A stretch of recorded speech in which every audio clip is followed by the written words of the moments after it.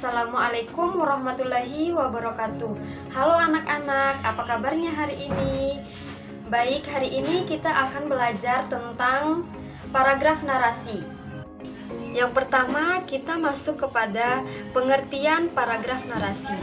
Paragraf narasi adalah paragraf yang menceritakan tentang terjadinya suatu peristiwa yang berlangsung berdasarkan kronologi atau urutan waktu. Saat kita membaca paragraf narasi, kita seolah-olah mengalami sendiri peristiwa yang sedang dibahas. Pada teks narasi, terdapat alur cerita, tokoh, setting, dan konflik. Paragraf narasi tidak memiliki kalimat utama.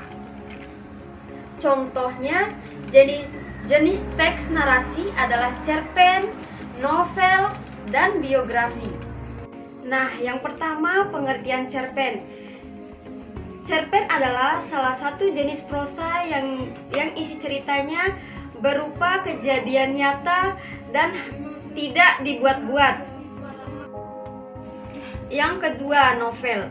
Novel adalah suatu jenis karya sastra yang berbentuk prosa. Kisah di dalam novel merupakan hasil karya imajinasi yang membahas tentang permasalahan kehidupan seseorang atau berbagai tokoh. Yang ketiga adalah biografi. Biografi adalah riwayat hidup yang ditulis orang lain. Tulisan itu berisi sejarah hidup seseorang dan pengalaman-pengalaman seseorang. Selanjutnya masuk ke ciri-ciri teks narasi.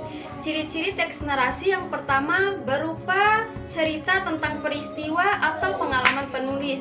Yang kedua, paragraf narasi menonjolkan unsur perbuatan atau tindakan. Yang ketiga, dirangkai dalam urutan waktu secara kronologis dan jelas di mana bagian orientasi, klimaks atau puncak, dan menyelesaikan masalah. Ciri yang keempat yaitu memiliki unsur-unsur utama seperti tokoh, latar, konflik, dan sudut pandang pengarang. Yang kelima, biasanya terdapat cukup banyak kalimat langsung di dalam paragraf. Anak-anak, teks narasi memiliki banyak informasi yang penting mengenai peristiwa yang pernah terjadi. Agar lebih mudah memahami informasi teks, kamu dapat mengelompokkan informasi-informasi tersebut menggunakan kata tanya 5W 1H.